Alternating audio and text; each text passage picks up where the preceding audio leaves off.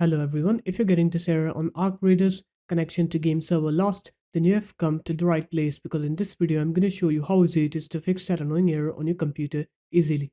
First off, what you're going to do is you're going to open up your start menu, you're going to write here CMD, you're going to right click on it and click run as administrator, click yes on here, and here you're going to put this command in, netsh winsock reset. I'm going to put these commands into the description of the video. You're going to press enter and let it do its thing.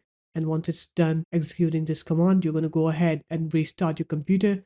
Make sure to restart your computer and don't leave this step, because if you don't restart your computer, this method won't work. And once you're done with the restart, you're going to open command up with the administrator, just like how I showed you, like this.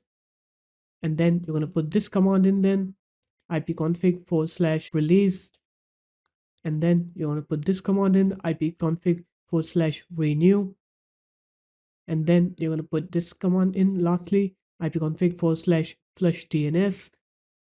And after you've done putting all four of those commands, you're going to open up your start menu. You're going to write here view network connections. You're going to click onto your network connections. If you have an Ethernet connection, you'll have Ethernet. If you're on a wireless connection, it will say WLAN. You're going to click on your network connection, go into change settings of this connection, click on to Internet Protocol version 4, click Properties, click Use the following data server addresses, right here 1.1.1.1 and right here 1.0.0.1, click OK here as well.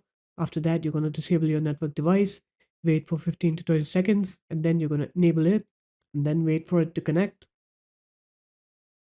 And once it's done connecting, now you can go ahead and play Arc Raiders, and you'll see that you will not get that connection to Game Server Lost error anymore. So there it is guys, that's how easy it was. If you guys found this video helpful, make sure to leave a like, comment and subscribe to the channel, and I'll see you in my next video. Peace.